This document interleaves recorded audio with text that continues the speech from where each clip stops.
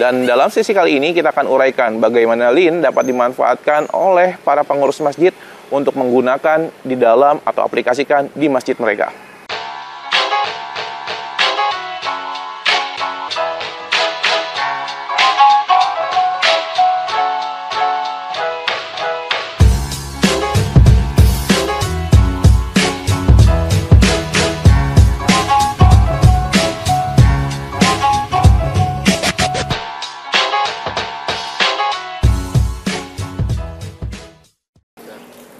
Lean.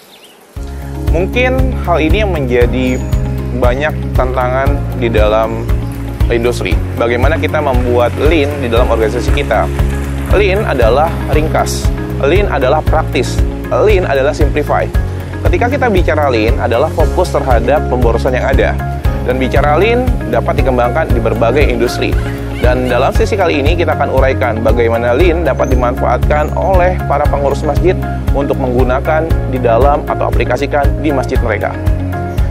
Yang pertama adalah bicara Lean, karena prinsipnya adalah ringkas atau simplify, para pengurus masjid bisa menggunakan Lean dalam proses kerjanya. Yang pertama dari sisi zakat, infak, sedekah. Saat ini banyak sekali masjid, musola, ataupun tempat ibadah lainnya menggunakan QRIS untuk menggunakan donasinya. Sehingga dengan menggunakan QRIS itu salah satu langkah untuk bisa menyederhanakan sebuah proses, terutama dalam zakat, infak, sedekah. Dengan QRIS memudahkan jamaah untuk bisa berdonasi, untuk bisa mengeluarkan zakat, infak, dan sedekahnya. Yang kedua adalah berbicara Lean dalam masjid atau dalam musola. Berbicaranya adalah bagaimana bisa menyederhanakan proses.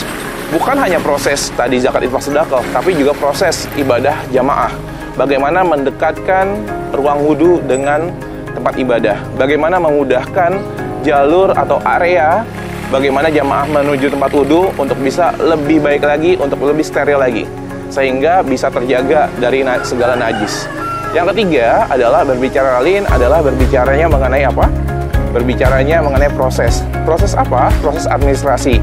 Proses kemudahan setiap jamaah, setiap penerima zakat untuk bisa mendapatkan manfaat dari zakat, infak, dan sedekah dari jamaah lainnya.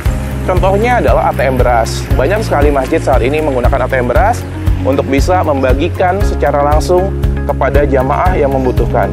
Dengan ATM beras kita memudahkan, tidak harus ada pengurus masjid, tapi juga kapan saja, di mana saja, terutama di masjid, untuk bisa mendapatkan manfaat beras tersebut.